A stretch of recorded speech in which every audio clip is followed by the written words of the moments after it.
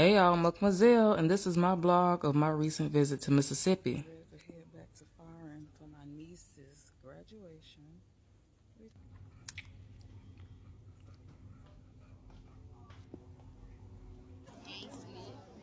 It's graduation time, and this is my niece graduated from high school.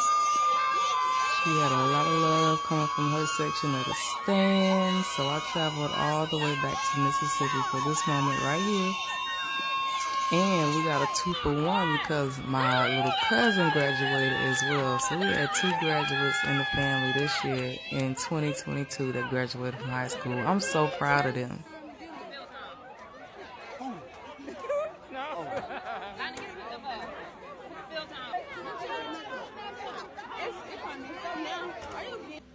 So of course we had a celebration to celebrate the recent graduate. This is her beautiful graduation cake. And then I went to visit some friends in Greenwood, Mississippi. So Greenwood, Mississippi is about 2 hours from where I'm from, and as you can see, it is miles and miles and miles of farmland, former plantations, cotton fields. These are old shotgun and board houses, and I'm gonna let this clip ride for a moment because I want y'all to see one of the type of places that I used to work at. So I used to work at a radio station that was dead set in the middle of a country field plantation area just like this. I used to work at one of these places right there, dead set in the middle of a field. So my mama wanted to do some sightseeing, and my friend suggested Tallahatchie Flats. So Tallahatchie Flats is a former slave quarter plantation area that is now rented out to tourists. It's now a tourist attraction, and the people who own and operate it rent out these houses for people to stay at who want to feel the experience of being a slave or living in one of these slave old southern style shotgun houses. So this is the service area here, very decorative, and one of the groundsmen decided that they would let us in so we could get a more up close and personal view of one of the inside of the houses.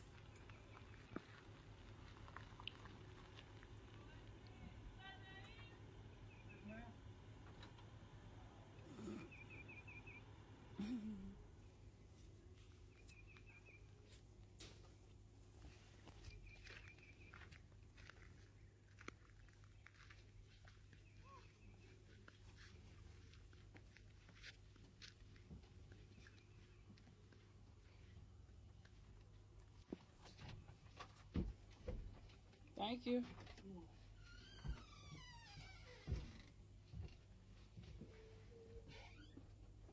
So this is the inside. I don't know if these are the original pieces of furniture. I'm going to assume that the TV and things may be new, maybe not. So there are a lot of thoughts and opinions and things going on inside my head. But for the sake of creating this video, I'm going to keep most of them to myself. But this is the inside. That is the dining area. This is the kitchen. It has a microwave. And being that slavery transcended into sharecropping, it is very much possible that people were living and occupying these houses well into the 60s, 70s or so, probably even then, because people still live in these type of establishments. So I don't want, to people to think this is some old, outdated. Like, people probably still very much live like this in some places. So my mother is reminiscing about her living in one of these houses when she was younger. So yeah, like I said, it's not that far down the line that people lived in these houses and still do, probably. I wouldn't put it, past it.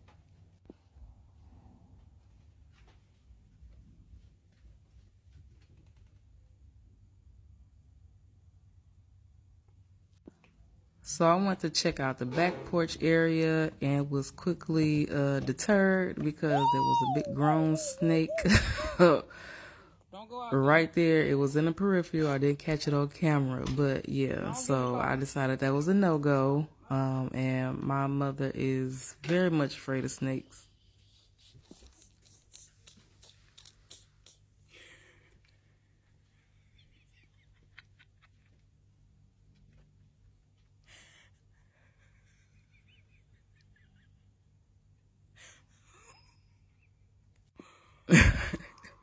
So as she vacated the premises, I decided I still want to look around a little bit more.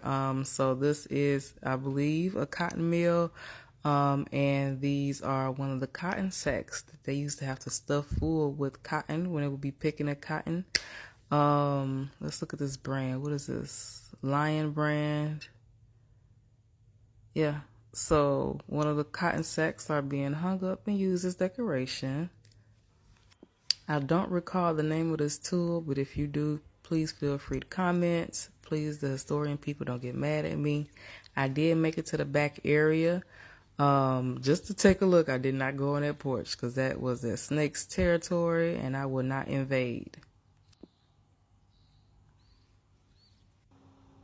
So yeah, these are the flats. They are lined up. I only went inside that one to get a feel. That's how they look. That's the outside view. Further down, there was a cotton patch and a Tallahatchie flat sign right there on the premises, right there on the quarters. So this is Mississippi for the most part. This is where I'm from in Firing. Stay tuned for part 2.